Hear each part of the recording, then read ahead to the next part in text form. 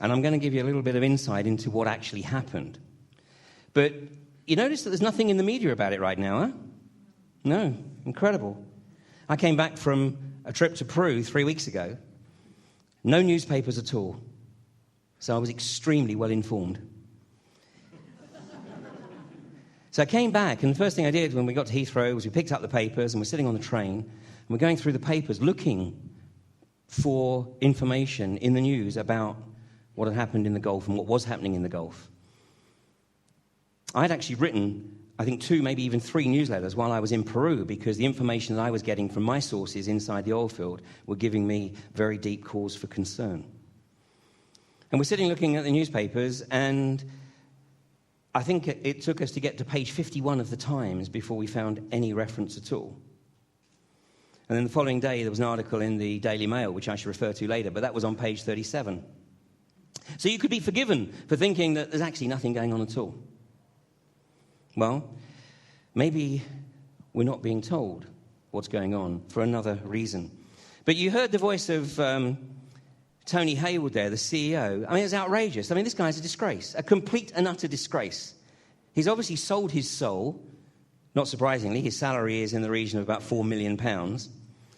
And then when he's before the congressional hearing, he just says, I wasn't involved in the decision-making. My God, a first-line supervisor would take more responsibility for what occurred than this guy. It's a complete outrage. I mean, this guy should be run off completely. I mean, BP shouldn't even be, on the wellhead right now, but that's a whole other story. But, there's another factor here. He sold 1.4 million worth of stock shortly before the blowout. Now, I've resisted. I have resisted for a long time, believing that this was anything other than a series of very unfortunate accidents or incidents. But the more I look at this, the more I sense that there is something much deeper to this. So I'm going to ask a few questions here. Unfortunately, as yet, we can't give the answers, but you'll see why that is as well. Another factor is that Goldman Sachs, this is Lloyd Blankfein, the CEO of Goldman Sachs. He took over from Hank Paulson, who became Bush's Treasury Secretary. Now, this guy, he's a little bit better off than Tony Hayward. In 2007, he earned $67.9 million. He had a bad year in 2008. It was only about half that. And then in 2009, 64 million. 64 million. This guy really has his finger on the pulse. By the way, this is the front page of a Sunday Times magazine from, I think it was last October, where Lloyd Blankfein was interviewed. And, of course, Goldman Sachs was right in the heart of all the financial crisis. But he claimed that he was doing God's work. Where have we heard this before? Yeah? George Bush, Tony Blair. I mean, all these guys doing God's work. Well, I'll tell you, it ain't my God. Well, in March, Goldman Sachs sold 44% of its BP stock holding. 44%. 44%. 4 billion stocks. Now, at the time, I was aware that there was another small leak in the Gulf on a BP rig, so I assumed this was actually related to that. And, of course, it may be related to that, because there's no question whoever's managing the BP portfolio in Goldman Sachs would absolutely have his finger right on the pulse. I mean, he would be paying. He would have people inside BP on his payroll to get information, because if he didn't, he would be not fulfilling the role he was employed to do. So, there is another possibility there. But, of course, what's occurred is completely outrageous. I mean, I promise you, you have no idea of the magnitude of what is occurring here, because it's been kept out of the media. I mean, very shortly afterwards, we had effectively martial law imposed on the Gulf Coast, all around the Gulf Coast, from Louisiana through Mississippi, Alabama, and down into Florida. Photographers or filmmakers were threatened with arrest and with imprisonment if they didn't vacate the area. And for all we know, some may have been arrested. Of course, the magnitude of the disaster in terms of the wildlife exceeds anything that occurred in the Exxon Valdez disaster in Prince William Sound 20-odd years ago. And the big problem is the Corexit mixed with the oil, mixed with the gases. I mean, the Corexit is banned in Europe. It's pretty much banned everywhere else in the world. I mean, oil is a toxin at 11.2 parts per million. Corexit is a toxin at 1.2 parts per million. So Corexit is 10 times more toxic than oil. And the gases, I mean, we haven't really, even on the internet, there haven't really been too much discussion on the gases.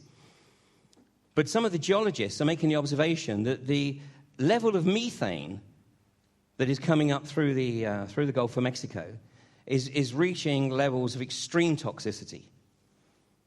And BP, of course, has insisted that all of its cleanup workers don't wear the masks because they don't look too good when they're photographed. I mean, this is exactly what occurred after 9/11, when the Department of State declared the air clear, and therefore masks weren't necessary. Well, all those people, the first responders, many of them are dead, and those that aren't dead are seriously ill with respiratory illnesses. But if the methane does continue to rise and it gathers as a cloud, I mean, potentially we're looking at a firestorm. Now, hopefully that firestorm, if it occurs, would occur over the Gulf. But imagine if it occurs over a city on the Gulf Coast. Imagine if it occurs over New Orleans, as if they haven't had enough trauma with Katrina. Yet none of this is being discussed. You know, and I was trying to work out why it is that the level of awareness, the level of discussion, particularly in the oil industry — by the way, most of the oil industry has moved its headquarters away from the Gulf Coast area. They've moved from New Orleans and Houston up to Oklahoma, to Tulsa, to Atlanta, to get away from the Gulf Coast. And I couldn't work out why it was that there was nothing in the British media. I mean, nothing at all. You know, no mention, other than, of course, a few days ago, was it last Sunday, there was this massive announcement that BP had capped the well. Bull biscuits. Well, I'm sure it was a coincidence, but 2 days previously, I had sent out a newsletter, and I had sent it to every news outlet in Florida, every newspaper that we could find, local, regional, state, every radio station, every TV station, explaining my concern. This newsletter went out to all those on my mailing list as well, explaining my concern of the fact that nothing was in the British media. And I'll explain what that concern was in a second, but 2 days after that email went across to everybody in Florida, it was announced in the British national media that BP had capped the well. Well, it only took 24 hours for Thad Allen, the Coast Guard, retired admiral from the Coast Guard, to say, hey guys, don't get ahead of yourselves because we know it's still seeping out of the sea floor. But nothing of that was mentioned in the British media. Well, then, of course, I realized the Florida economy is completely shot. I mean, anybody in the US who was planning on taking their vacation in Florida has now changed their plans. Property prices in Florida have completely tanked. I mean, basically, the property market is non-existent right now.